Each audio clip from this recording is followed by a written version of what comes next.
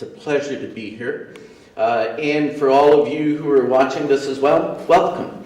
And I'd like to thank all of you in the audience for taking the time to spend today, especially the next 30 minutes with me, and we'll talk a little bit about what active aging means and how it's important to all of us as we all age. And by the way, aging is something we all do, and hopefully that we're able to make the most out of it.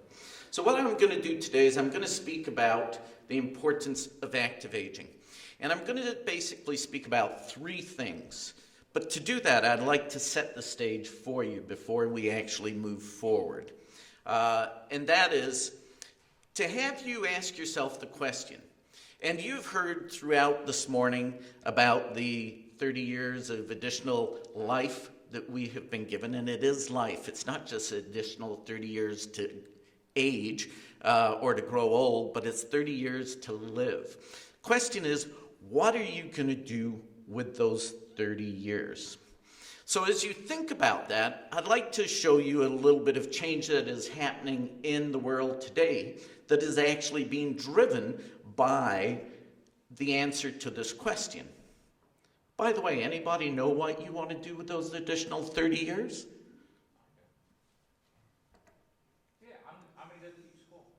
Teach school. Yeah, I'm going to teach young people.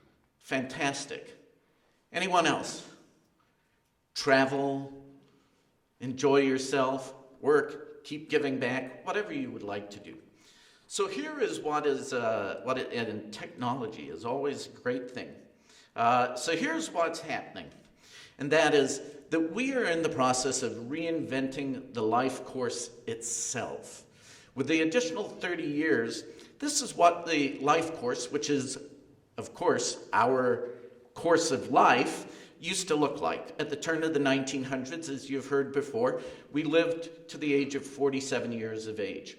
Now, of course, business was very smart back then, and that was that the retirement age was 60. So, of course, most of us never made it to that. However, it looked like this, and that is that we spent the early formative years, if you could call them that, in the about to 12, 15, somewhere around there, learning. Then we'd work, and then we retired. Matter of fact, this was pretty well what my dad, who is 82, continued to do into this century.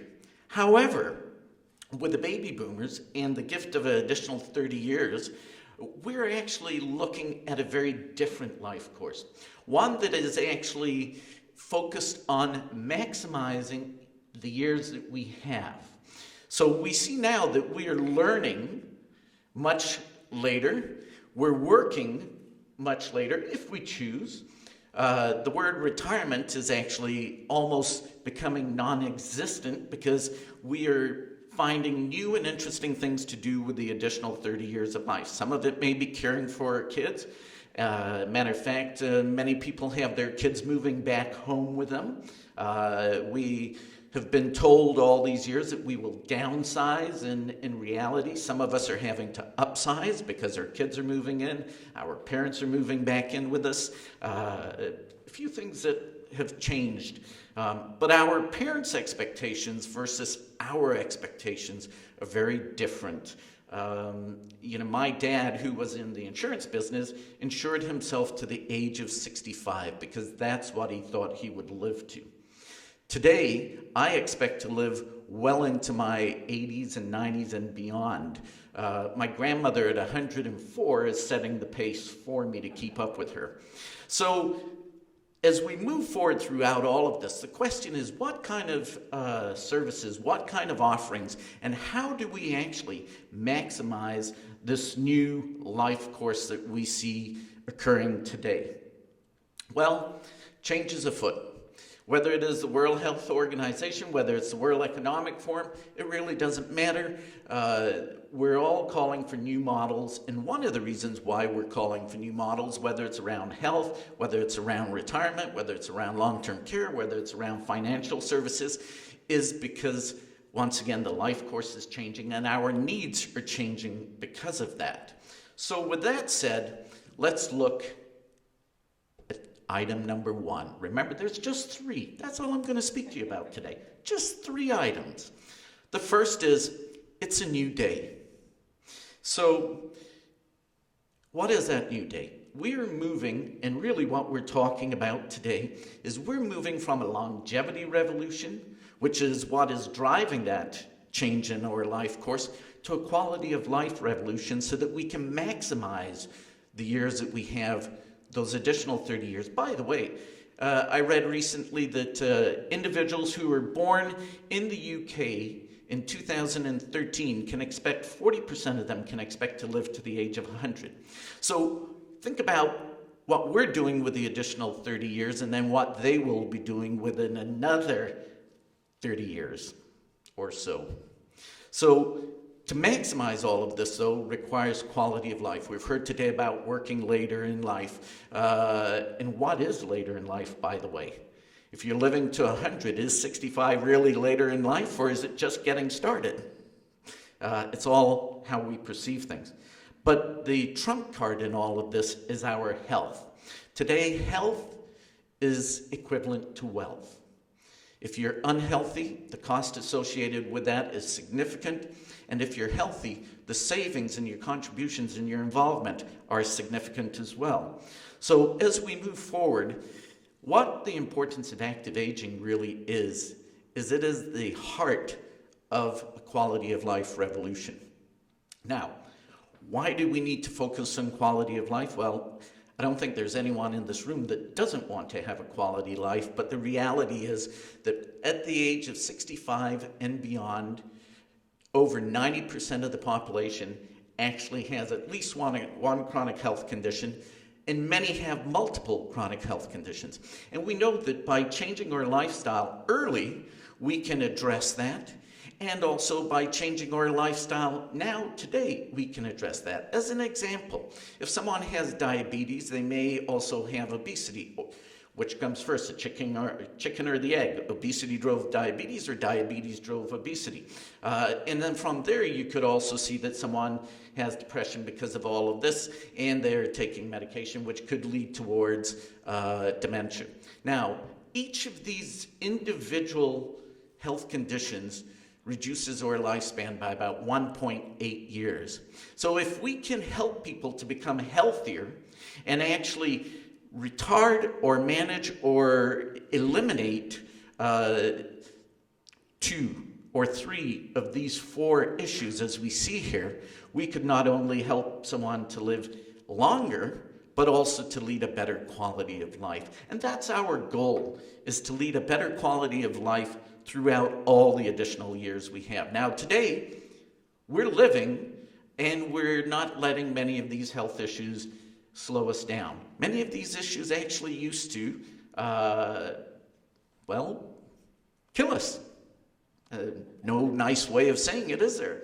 But I guess there is. We could pretty it up a little bit, but many of these health issues used to put us under.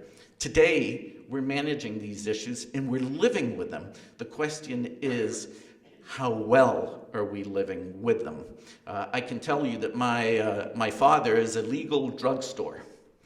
He has about 10 different drugs that he's doing. I shouldn't say he's doing. That sounds awful, doesn't it? 10 different drugs that he's taking for different issues. But of course, he goes to see a different physician for each issue. So they keep pounding more and more drugs into his system as opposed to addressing what the issues are through lifestyle intervention. And that's why individuals like him are spending many years towards the end of their life in ill health. So globally, one of the challenges that we have is, how do we condense that time in ill health, and make it so that one day we wake up, we have our breakfast, we kiss our wife or husband or whoever it may be, we go play golf if that's your game, come home, go to sleep, and never wake up. That would be the ideal life, as opposed to spending 8 to 10 years in ill health. So, what has happened is that researchers over the last 30 plus years have been trying to figure out how to make that happen. Not the death part, but how to make the quality of life portion come to fruition. And we know now more about aging than we ever have. And we still know little about aging because it is constantly evolving and we're finding out new and interesting things. What we used to think were effective ways of doing things have also changed. But what we do know is that science shows that we are all individuals and that we age individually and at different rates. And part of it is because of our lifestyle. Part of it is because of our number of various chronic health issues. There are 18 different physiological markers that actually impact the way you age, from liver function to many different aspects of your lifestyle. What makes this important is that we live in a society that many times tries to give us a one-size-fits-all solution. And the reality is we need to take advantage of our person, our self, and actually address what is good for us and not what is good for everybody else, because the way we respond to a disease and the way we respond to our lifestyle changes is very different than someone else. The diversity amongst individuals 50 plus is not only life experiences, aspirations, health issues, functional levels, and so forth, but it is also how we view aging. So one of the things that we need to do is to look at how do we take our own health into our own hands to make a difference in our life. This gentleman did that at the age of 77. This is Fajut Singh. I don't know if any of you are familiar with him. I may be pronouncing his name incorrectly, but he celebrated his 100th birthday running the marathon in Toronto, Canada.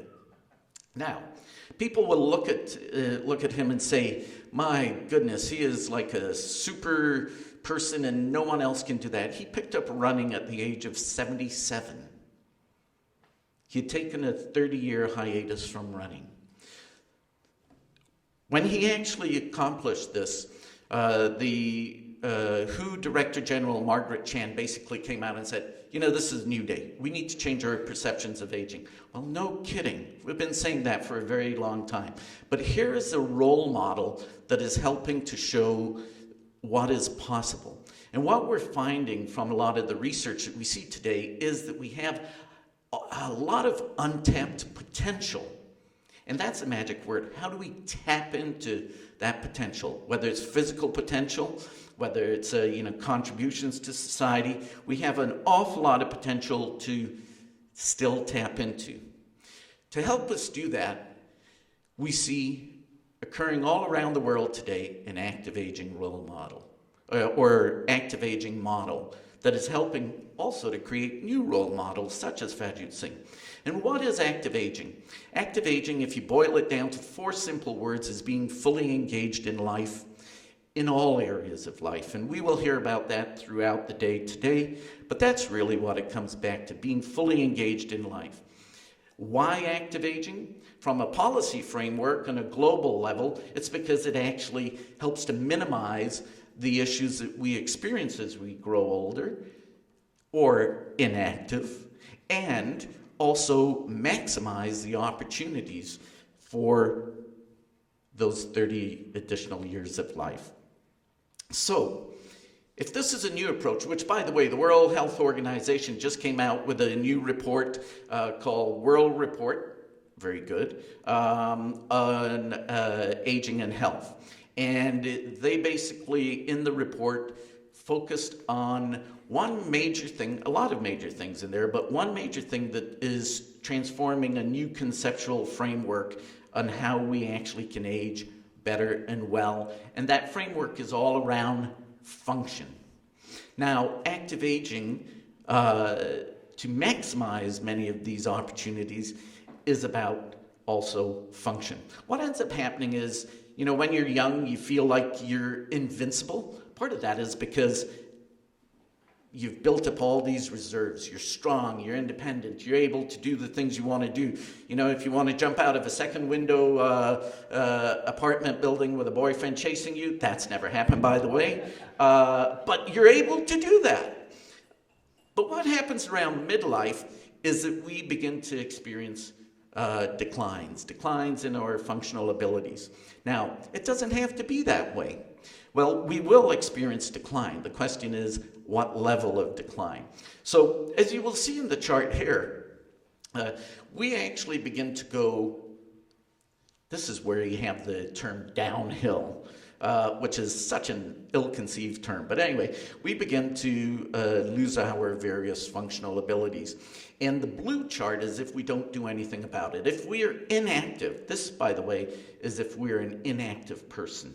And we begin to lose our functional abilities. Now, the orange line you'll see is actually if we are active. We begin to lose much less of our ability. And I'll give you an example of that in a minute. But there's now a little lip that they're putting on that where at the end you can actually come back up. The point is that we're able to manage our ability to function day to day based on our lifestyle choices.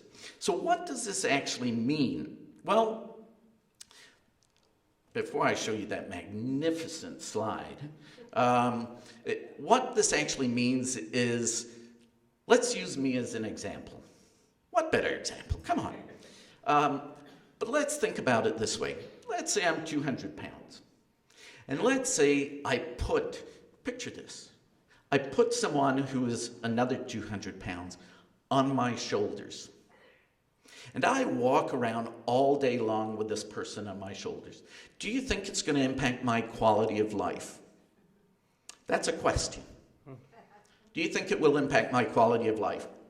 Yes. Oh, yeah. Oh, let's hear it again. Yes. Oh, that's fantastic. So, of course it will. It will impact my ability to walk upstairs. It will impact my ability to run after the bus to get it. It will impact everything. Now, what that person on my shoulders, of course, because that's where I would carry them, what that person is that's 50% loss in my strength. Now, between the ages of 35 and 75, we lose roughly about 50% of our strength if we're inactive. So think about it, and then you wonder why some people are walking like this. It's not because they're old, it's because they're not strong. Now, that's not always the case. But imagine if you could take off that person, or at least 75% or 80% of that person off of my shoulders that have been on my shoulders for the last 40 years. Do you think my lifestyle would change? Absolutely. That's where physical activity comes in and can actually make a huge difference in our abilities.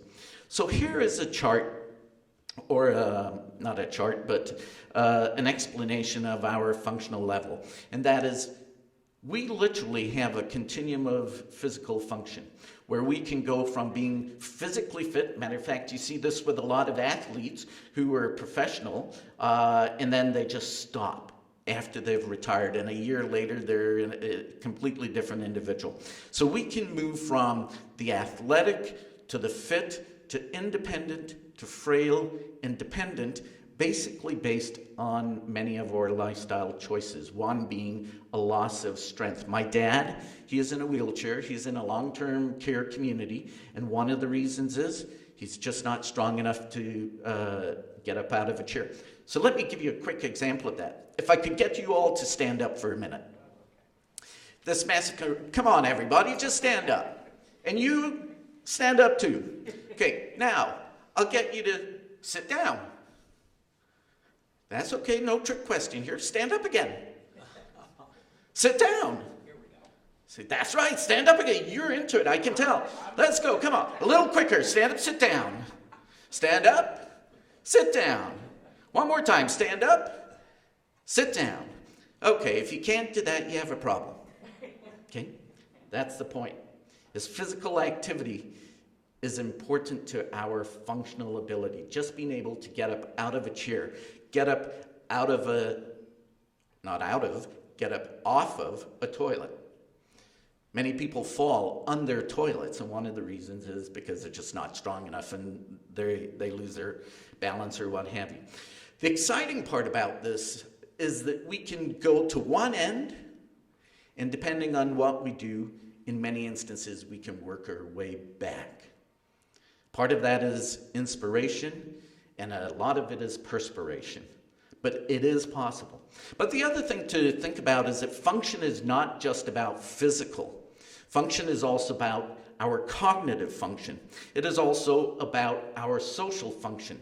Are we ingrained, that's not a good word, are we involved and engaged in society, or do we like hanging out by ourselves? You know, there's repercussions to everything. So our goal is to utilize active aging and physical activity, which we'll get into a little bit further, in regards to ensuring that we at least stay at the independent level, preferably at the fit level, and try and avoid the frail independent level at all costs. Why? Well, function actually impacts everything from falls. 1 out of 3 people over the age of 65 fall every year. 50% of those who fall at a time will fall again within a 12-month period.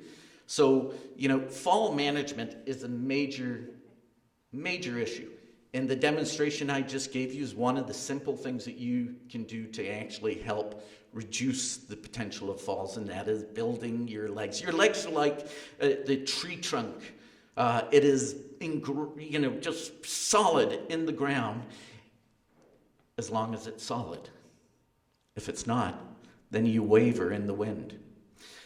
Independence, ability to work.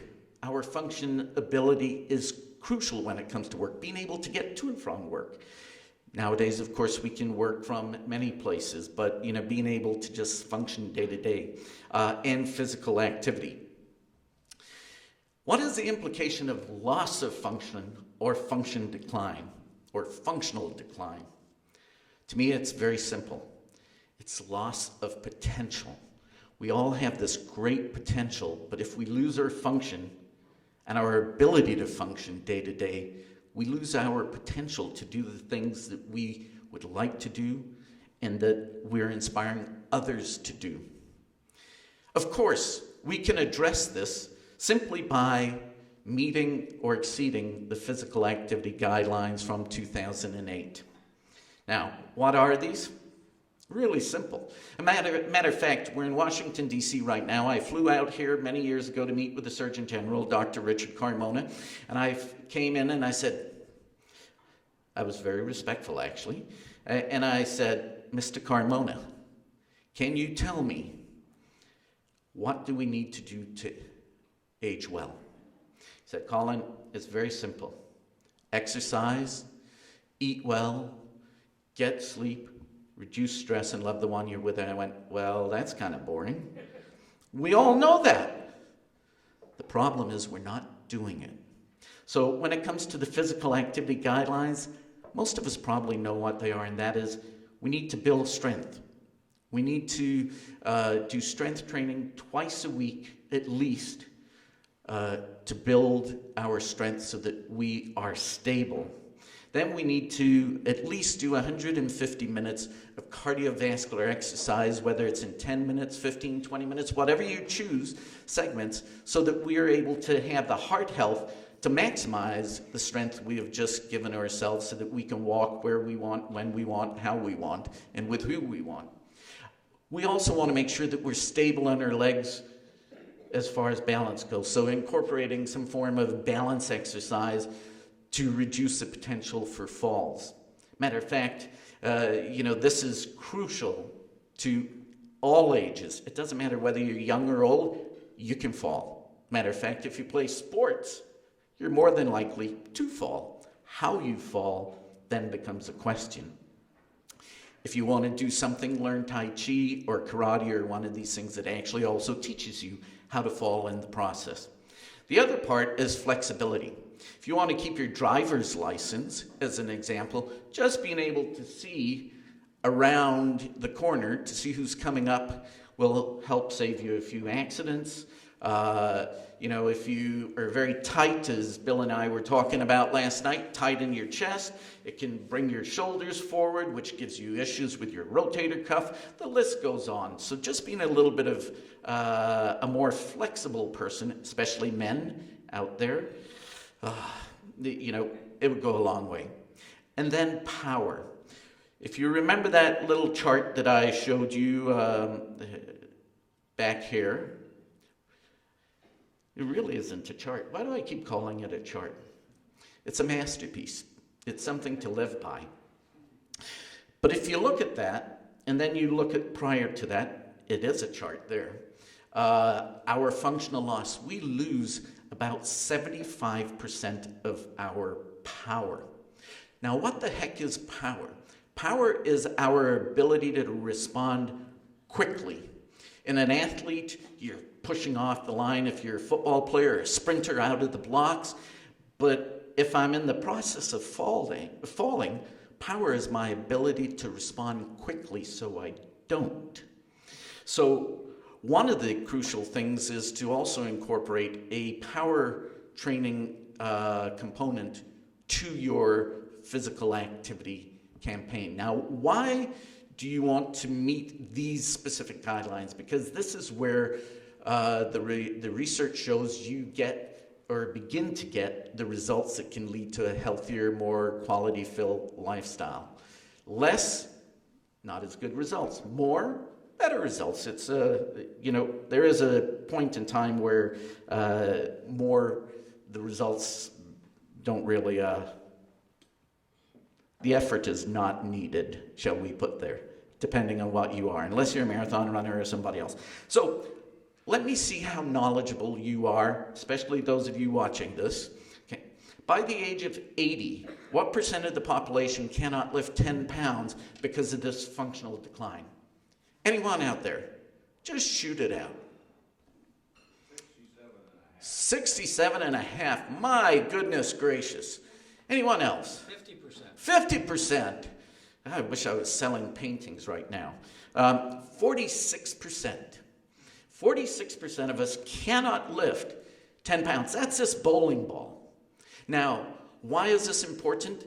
Dr. Walter Bortz of Stanford said in the not too distant past to me that if you weren't able to lift 10 pounds, it is a precursor for actually potentially moving into a assisted living or some form of assistance-based community. Loss of function. Remember, we lose about 50% of our strength if we're inactive, so that is just a direct correlation with it.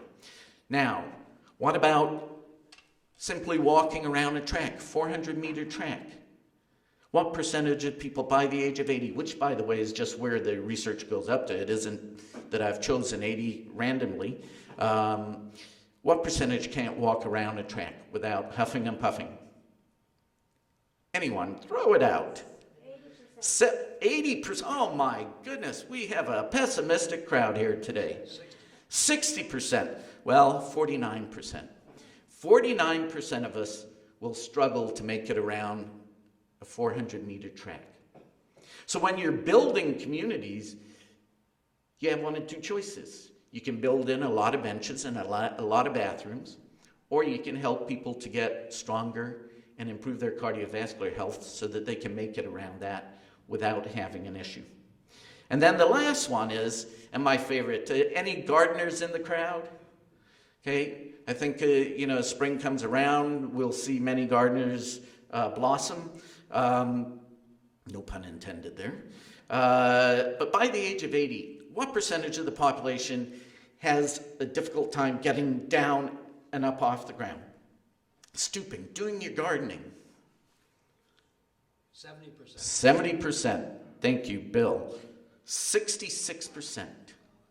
66% of us have a hard time getting up and down off the ground. Now imagine if we fall, getting back up. Why do retirement communities build gardens up? Because people can't get down. Instead of actually building them up and then helping them to get down and then back up again. as I was showing you there, imagine if we were doing that you had to get down on the ground and get back up again. That would have been fun to watch. But the reality is, if we can't get down on the ground, how are we ever going to find our Hot Wheels under the fridge? Okay? Playing with your grandkids, having a good time. 66% of us unable to do that. That's also why we see many forms of physical activity in retirement communities and senior centers and so forth, chair-based. So if you're doing that and you are with someone who is an instructor, tell them, I'd love to do the chair, but I'd also love to do some stuff without the chair so that I actually can get up and down off the ground. Now, there is a very, very beautiful silver lining here, and that is between 1998 and 2012, there's a 116% increase in physical activity levels, or people who could actually meet the physical activity guidelines over the age of 65. Let's give ourselves a hand there. Okay, well, actually, not really. Here's the issue. We went from 5.5% to 11.9%. So even though it was a gargantuan jump, it actually is pretty pitiful when we look at it. So we have a lot of work to do in this area.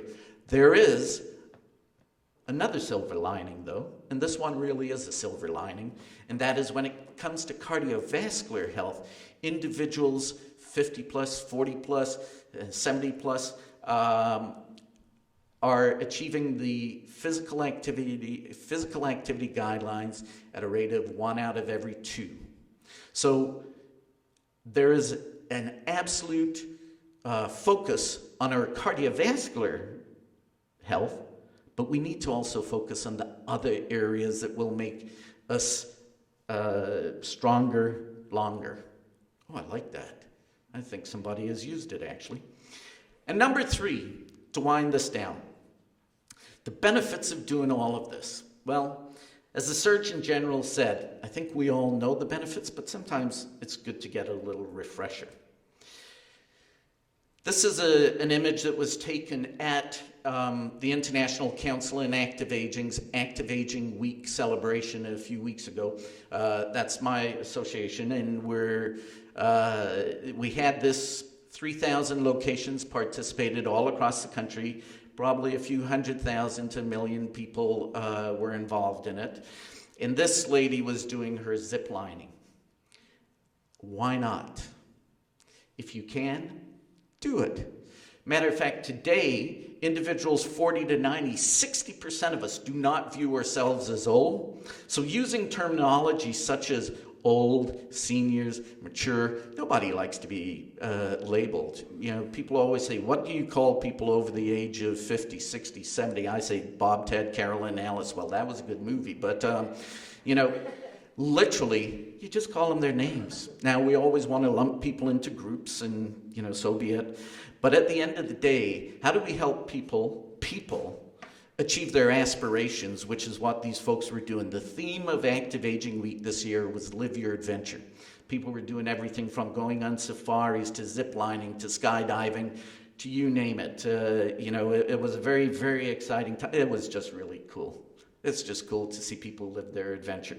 But our expectations are very different now than my parents' generation, as I mentioned earlier. So our aspirations may be different as well because of possibilities. What's available was not available previously.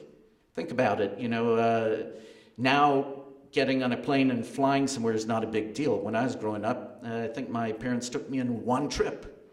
I'm not a resentful child. Don't think about that. But, you know, but what are our wants, our needs, and our capabilities also come into all of this when it comes to the benefits, because the benefits will be dictated around all of that. This is a great ad that I want to give you or play for you so that you can see one of the benefits. When you booked this trip, you didn't know we had over 11,000 local activities listed on our app, or that you could book them right from your phone. A few weeks ago, you still didn't know if you were going to go.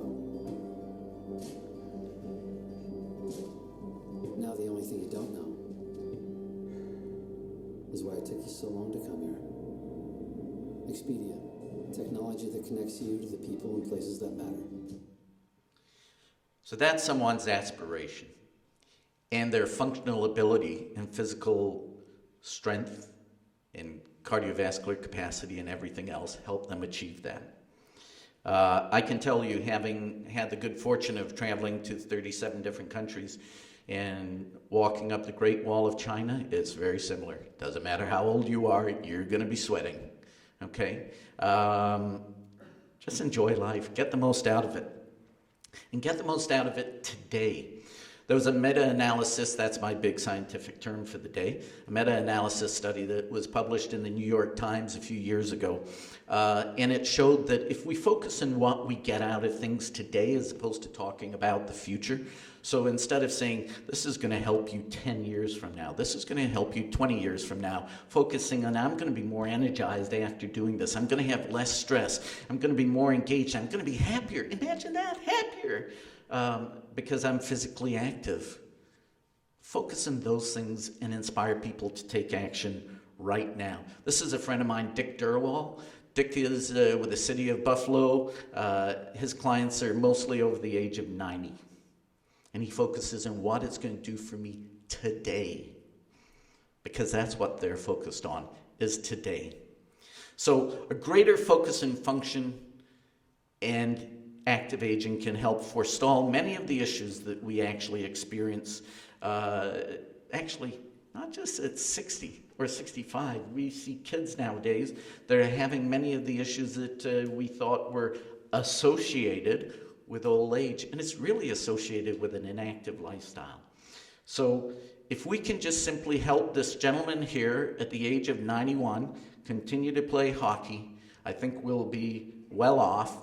And to help individuals like Charles Euxter, who is a rowing champion at the age of 92, 93 now. Charles phoned me one Saturday saying, I want to change the world.